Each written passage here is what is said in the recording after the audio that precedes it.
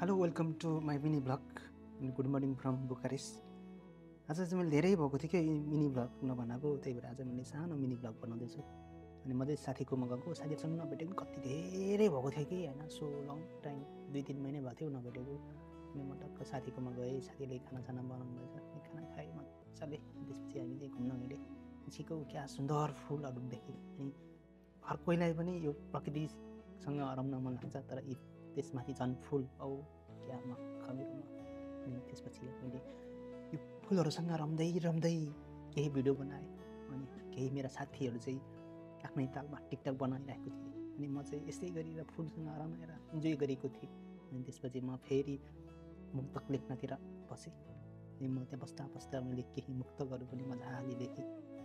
अनि लेखिसकेपछि अब के गर्ने भन्ने सोचिरहेँ। फेरि मलाई अझै मलाई फुलहरूसँग कति रम्न मन लाग्यो र फेरि फुलसँग रमेर फेरि मैले भिडियो बनाएँ। अनि यो भिडियो बनाइसकेपछि चाहिँ अब मेरो साथीहरूसँग चाहिँ पालोले कसैले गजल वाचन गरे र मैले चाहिँ अनि मुक्तक वाचन गरेँ।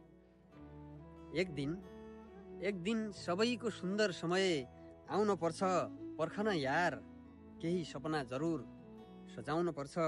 एक दिन सबैको सुन्दर समय आउन पर्छ, पर्खन यार केही सपना जरुर सजाउन पर्छ।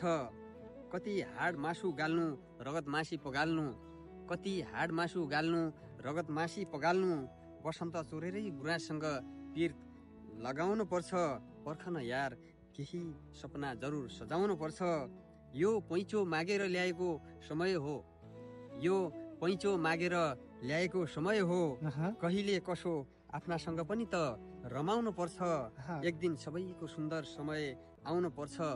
ताराहरूले भरिएको सागर भएको छ, ताराहरूले भरिएको सागर भएको छ, पहिलेको कोठा अहिले घर भएको छ। ताराहरूले भरिएको सागर भएको छ, पहिलेको कोठा अहिले घर भएको छ। जब एउटा फुल जीवनमा माला गाँसियो, जब एउटा फुल जीवनमा माला गाँसियो, आँसु आधा अनि खुसी दोब्बर भएको छ।